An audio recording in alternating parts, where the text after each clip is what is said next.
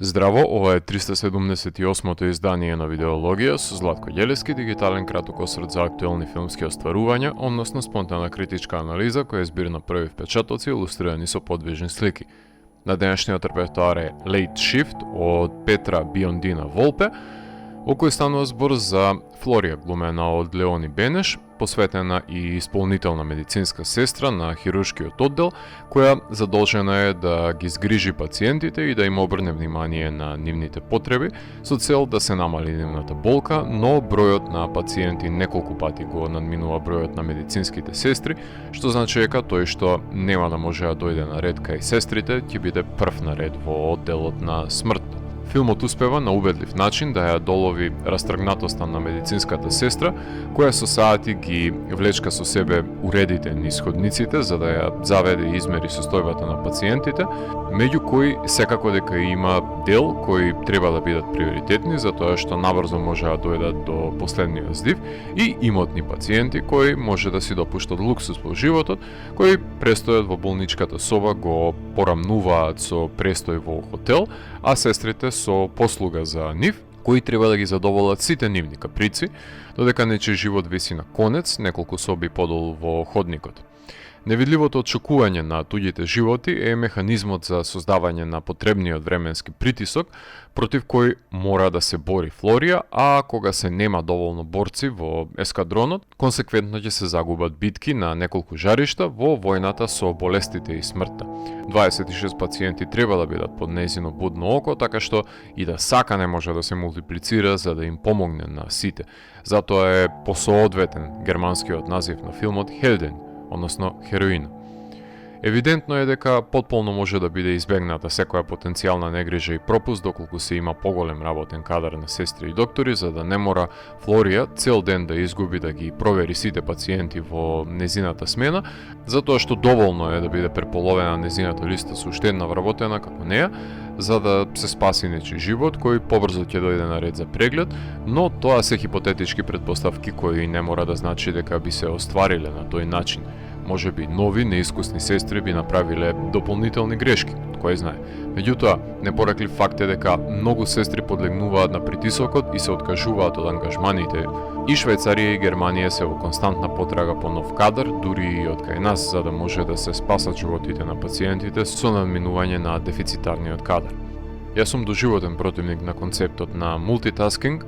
и само прашање на време беше кога ќе настане невниманието кај преработената сестра, за да биде наменски одлично искористено во полза на конфликтот на делото, наговестувајќи ги можните последици од тоа немарно мигновение во кое може да се загуби живот. Уште еден показател за тежината на задолженијата и сериозноста на обврската за водење сметка за здравието на пациентите, кои најчесто доаѓа во животот во болницата и жолчни се напорите за нивниот спас.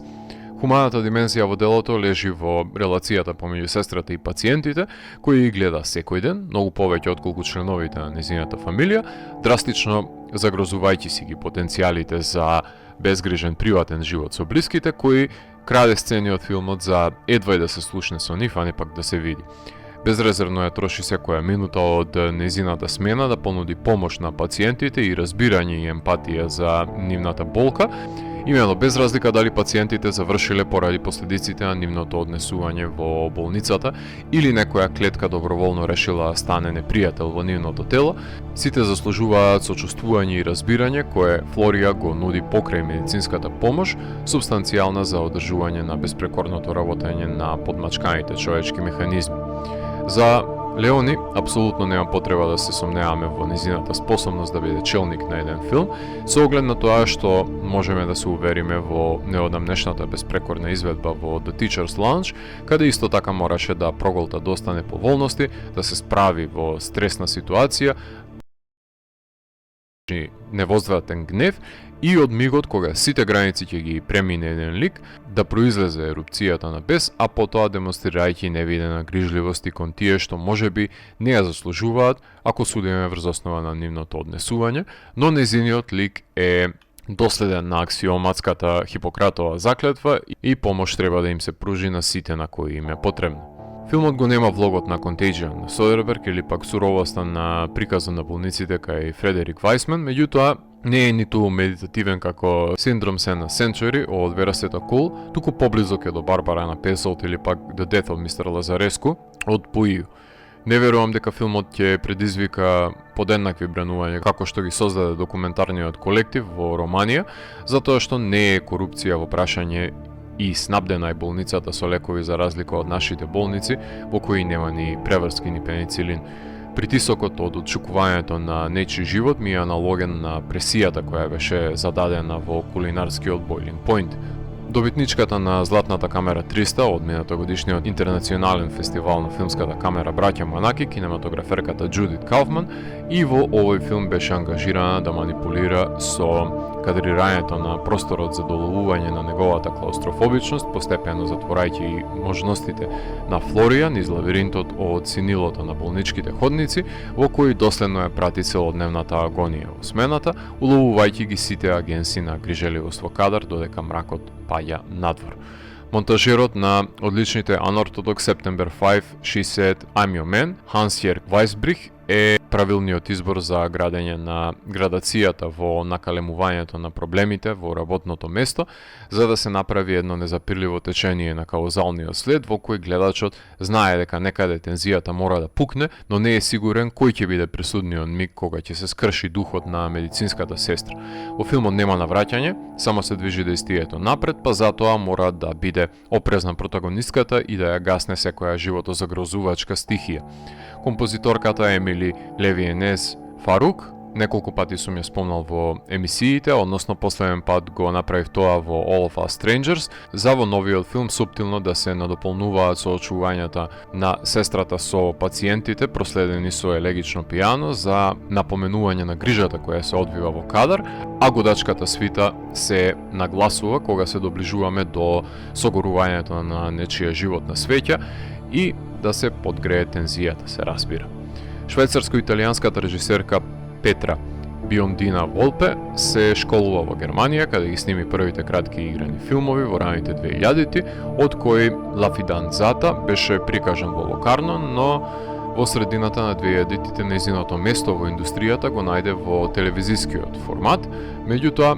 снимајќи телевизиски филмови, како што се Schönes Wochenende од 2006, Kleine Fische од 2007, Frühling im Herbst од 2009, за во 2013 година да сними филм кој е наменет да биде прикажан на големото платно, односно божичната авантура на бугарската проститутка во Dreamland, кој играше во Москва и Цирих. Но со сигурност можеме да установиме дека конечното пробивање на фестивалите од Аранг се случи од 2017 година, кога на Трибека беше прикажан и награден The Divine Order, долгиот игран периодичен филм за домаќинките кои потпишуваат петиција за можност за гласање, кој стана швајцарски представник на Оскарите. Во меѓувреме таа пишуваше и сценарија за филмови кои ги режираат други режисери, како што се Хайди, Лавли Луис, серијата Тагун Нахт и други. Во семејните мелодрами кои ги реализира во незината кариера на централните ликови, во незините филмови им дава препреки до патот на спокојот и благосостојбата кои мора да ги надминат за да се соочат со потенцијалот и способностите кои ги поседуваат во стресните ситуации. Колку што Флорија нема доволно простор и време да им обрне внимание на сите споредни ликови во филмот, пред несвесно да настане превидот, тоа значи дека нема да има простор некој од нив да образува подлабока поврзаност со неа или да се наметне покрај протагонистката, чија појавност не само што ја има во секој кадар, туку и го предводи дејствието во него или изразито реагира на проблемите со кои ќе се соочи во секоја болничка соба. И покрај постојаната резонанца од тензичните задолженија, не очекувате грандиозна сцена за паметење или случај кој не сте го погледнале во која и да е болничка американска или британска ТВ серија. Филмот имаше својата премиера во главната конкуренција на Берлинале, а потоа беше прикажан на South by Southwest, Локарно, Сиднеј и Мелбурн. Траст Нордиск ги поседува правата за дистрибуција, кои имаат во нивниот каталог бројни скандинавски филмови, а Vertigo ги реализираат. Имам предчувство дека токму поради интимното поврзување со протагонистката и незините работни обструкции, Поделотворно ќе биде поврзувањето со неа во домовите на вашите мали екрани, отколку што тоа беше достигнато на големото платно додека играше во киносалите, иако омразата кон разгалениот богаташ мислам дека ќе биде заемна во сите кина, во сите држави подеднакво. Болничка мелодрама во која медицинската сестра се обидува да ги згрижи сите пациенти, трудејќи се да биде од помош за нивното одржување во живот и оздравување. Меѓутоа смртта го чека најмалото невнимание за да посегне по нечи живот, кој нема дојдено на ред да му биде понудена помошта поради дефицитарниот работен кадар на бојното поле за секој нареден здив. Ако морам да го евалуирам, тогаш Late Shift од мене има 4 од 5. Доколку ви се допадна 378-то издание на дигиталната архива Видеологија, лајкувајте го видеото, споделете го и следете го каналот. Последете и поснатите рецензии на виртуелната полица. Ви благодарам за вниманието. Поздрав!